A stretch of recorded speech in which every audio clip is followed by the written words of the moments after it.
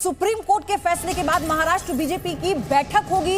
ये इस वक्त की बड़ी अपडेट है। देवेंद्र फडणवीस के घर बीजेपी की बैठक होगी। ये बड़ी जानकारी। महाराष्ट्र बीजेपी के बड़े नेता इस बैठक में हिस्सा लेंगे। बीजेपी कोर कमेटी की बैठक में हालात पर चर्चा होगी, यानी मंथन होगा। आज सुप्रीम कोर्ट में जो कुछ भी हुआ उसके बाद से बीजेपी की ये बड़ी बैठक होने जा रही है, यानी सुप्रीम कोर्ट के फैसले के बाद महाराष्ट्र बीजेपी की बड़ी बैठक होगी और देवेंद्र फडणवीस के आवास पर यानी उनके घर पर यह बैठक बुलाई गई है।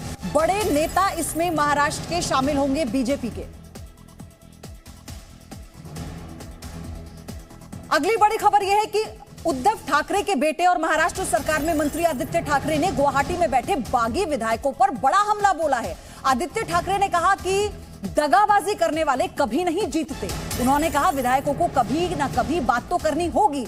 आदित्य ठाकरे ने कहा कि अगर उन्हें बगावत करनी थी तो यहां रहकर करते।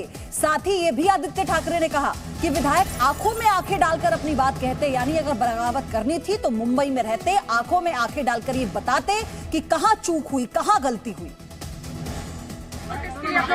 फ्लोर टेस्ट से मुझे सबसे बड़ी टेस्ट यही है, अगर जो भी बागी है, जो भाग के गए हैं, जो खुद को रिबेलियन कह रहे हैं, रिबेलियन करना होता तो यहाँ हिम्मत से करते, राजीनामा देते, रिजाइन करते और सामने चुनाव के लिए खड़े रहते। मेरी बात पूरी होगी। दूसरी फ्लोर टेस्ट यही होगी कि मेरे सामने बैठे आंखों में आंखें डाल के बोले कि हमने क्या गलत किया।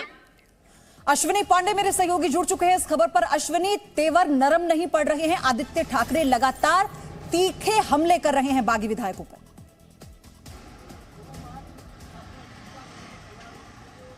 जी देखिए, शुरुआत में अगर हम समझने की कोशिश करें तो चाहे वो उद्धव ठाकरे हों, पार्टी के नेता हों, आदित्य ठाकरे, हर कोई नरमी से बात कर रहा था और ये कह रहा था कि ये सभी जो लोग गुवाहाटी गए हैं, सूरत से गुवाहाटी गए, ये सभी शिव सैनिक हैं और वापस आएंगे।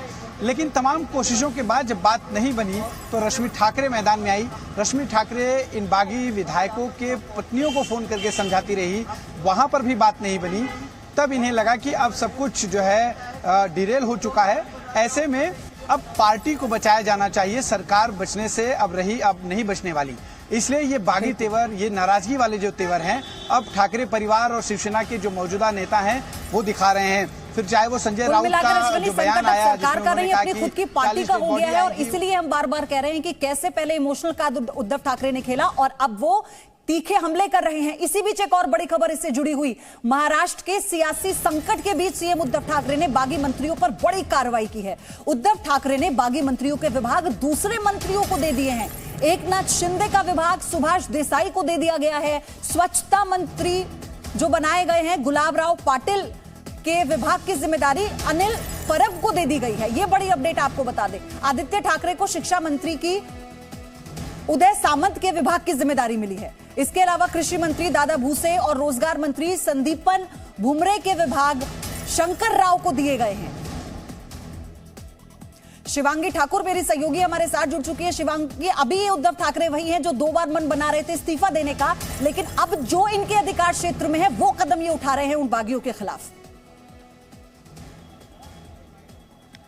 देखिए, शिवसेना ने पहले तो इन सभी विधायकों को मनाने की पुरजोर कोशिश की। जैसे कि लगातार हम बता रहे हैं कि पहले प्यार से मनाया गया, फोन कॉल किए गए, उसके बाद अग्रेशन दिखाया गया, रिक्वेस्ट के बाद चैलेंज किया गया। लेकिन अब देखिए सीधे से कार्रवाई की जा रही है। और क्या कार्रवाई की गई है? 9 मंत्रियों को जो मंत्री पद है उनको हटा दिया गया है और दूसरे मंत्रियों को, मौजूदा मंत्रियों को ये पद दे दिया गया है, जिनमें 5 कैबिनेट मंत्री हैं और 4 राज्य मंत्री हैं। और सबसे बड़ा अगर हम नाम इसमें कहें तो एकनाथ शिंदे हैं, जिनके विभाग को, जिनकी मिनिस्ट्री को उन्होंने सुभाष देसाई को दे दिया है। वहीं दूसरी ओर उदय सामंत जो कि बागी विधायक है और वो अभी हाल ही में गुवाहाटी पहुंचे थे, उनका जो पोर्टफोलियो है उसको भी उठाकर आदित्य ठाकरे को दे दिया गया है। तो कुल मिलाकर एक तरह से कार्रवाई करने की कोशिश यहां पर मुख्यमंत्री द्वारा की गई। लेकिन ये देखना होगा कि इससे बागी नेताओं पर कोई असर होता है, क्योंकि लगातार बयानबाजी यहां से भी हो रही है, बयानबाजी वहां से भी हो रही है। लेकिन ये एक तरह से मंत्री पद हटा, देखिए लगातार ये कह रही है शिवसेना कि भले ही बागी वहां पर पहुंचे हो, लेकिन राज्य सरकार का कामकाज तो चलना होगा, क्योंकि महाविकास आघाड़ी सरकार अभी भी